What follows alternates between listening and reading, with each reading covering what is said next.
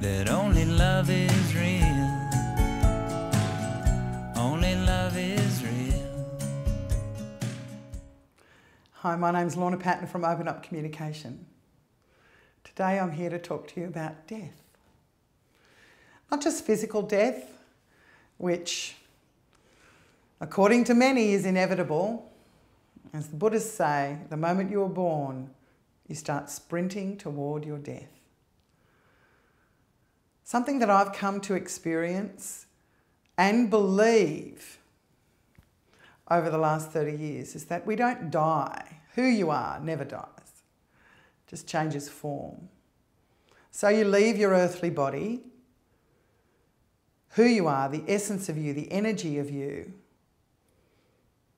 leaves the earthly body and rejoins what I call the great vastness of the blue soup, the isness of all, until you decide that you're ready to come back into a body again. So that's my particular philosophic viewpoint about death and what happens after. But death is everywhere, because it's not just the death of the physical body that we find difficult to deal with. It's certainly very hard for the living, the whole notion of death. For the dead, according to Marianne Williamson, death to the soul is like slipping off a tight shoe, which is just a lovely way to look at it. However, for the living, it's difficult, because what death brings up for so many is feelings of loss and sadness and grief. All perfectly natural, all perfectly okay. And it's worth remembering that death is an illusion. Loss is an illusion. Maybe you've experienced the death of a loved one, literally a physical death, or maybe you've experienced the death of a relationship, or the death of a circumstance, or the death of some kind of status. I mean, some people, if they go through enormous financial hardship, say, bankruptcy, lose everything, the death of their financial well-being. Some people treat that more seriously than they treat the death of a physical being. Or some people feel just as grief-stricken and sorrowful for that as they would if it was a person who died. Well, as with everything, you've got to get hip to the context rather than wallow in the content.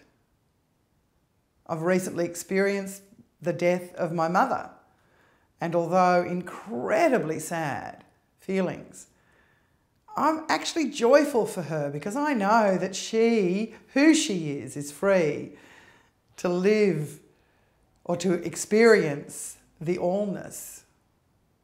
But yeah, the daughter is very sad. I've been through my own financial crisis. I had a time in my life when things were really ugly. And I'm very grateful that I saw the death of my financial well-being as actually an opportunity to open up something far greater that's actually brought me more financial stability than I ever dreamed possible. And that was opening up to the idea that death is an illusion, that all that's changed is the form of the relationship, the form of the status. It's just form that changes. So the next time you're feeling bereft at the death or loss of something, don't deny your feelings, and at the same time remember